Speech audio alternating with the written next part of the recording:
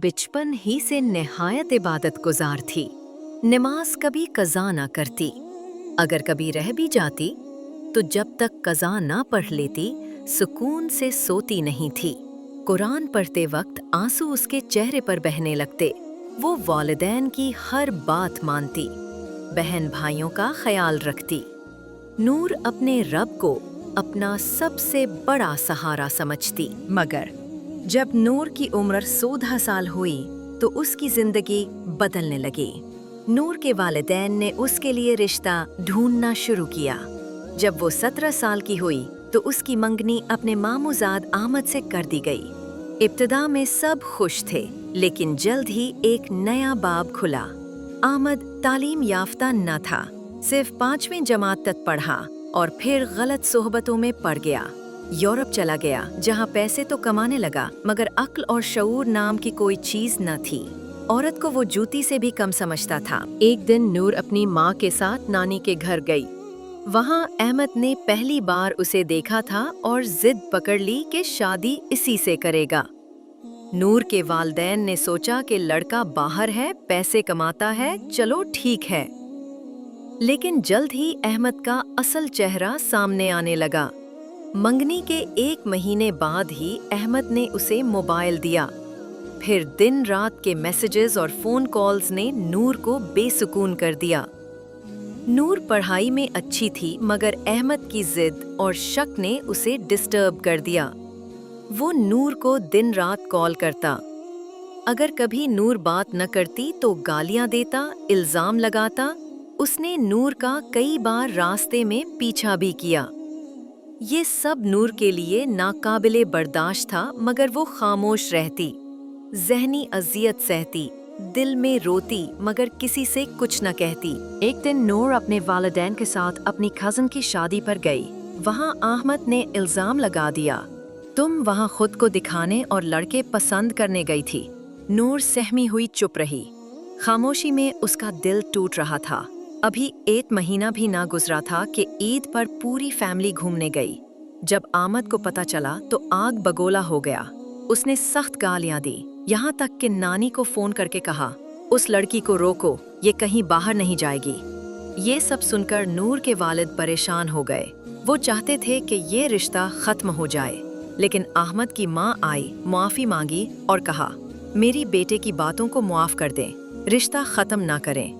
चंद दिनों की खामोशी के बाद सब फिर वैसा ही चलता रहा। दूसरी तरफ नूर ने BA मुकम्मल किया और AMA के लिए यूनिवर्सिटी में दाखिला लिया। यहाँ भी अहमद ने उसे नहीं छोड़ा। जब टीचर्स ने क्लास के लिए व्हाट्सएप ग्रुप बनाया तो अहमद ने कहा, तुम वहाँ सिर्फ ऑनलाइन रहती हो, किससे बात करती हो, कोई और मिल गया है क्या? ये इल्जामात नूर के लिए मुस्तकिल अजाब बन गए। एक दिन नूर ने हिम्मत करके अपनी माँ को सब कुछ बता दिया। माँ ये सुनकर रो पड़ी, लेकिन वालिद के सामने कुछ न कहा। उन्होंने चुप रहकर सब सह लिया। कुछ अरसा गुजरा तो अहमद ने बार बार जोर देना शुरू किया, शादी जल्दी करो, अपने वालिदैन से कहो। वो किसी भी तरह नूर की पढ़ाई रुकवाना चाहता था। रोजाना के दबाव से तंग आकर एक दिन नूर ने वालिदैन से कह दिया, मेरी शादी कर दें। वालिद ये सुनकर हैरान रह गए, क्योंकि वो जानते थे कि नूर अपनी पढ़ाई के मामले में बहुत पुरअज़्म है। फिर अचानक शादी का फैसला क्यों? तब माँ ने सब सच्चाई खोल दी। वालिद की परेशानी बढ़ गई। कई दिन तक सिर्फ ये ही सोचते रहे, अगर रिश्ता तोड़ा तो खानदान में बदनामी होगी, अगर रखा तो बेटी की जिंदगी तबाह हो जाएगी। आखिरकार कई दिन के गौर व फिक्र के बाद उन्होंने फैसला किया, ये रिश्ता अब खत्म करना होगा। अहमद की माँ ने दिन रात मिन्नतें की, लेकिन इस बार वालिदैन डट गए। यूं ये रिश्ता खत्म हो गया। बिनूर ने सुकून का सांस तो लिया, लेकिन दिल के एक कोने में सवाल मुसलसल कुचूके लगाता रहा। मैं तो हमेशा अल्लाह के करीब रही, फिर ये सब मेरे साथ क्यों हुआ? कभी वो रोते हुए सोचती, शायद मेरी नमाजों में वो खुशू न था जो होना चाहिए था। शायद इसलिए कि मैंने कुरान को सिर्फ पढ़ा, समझा नहीं।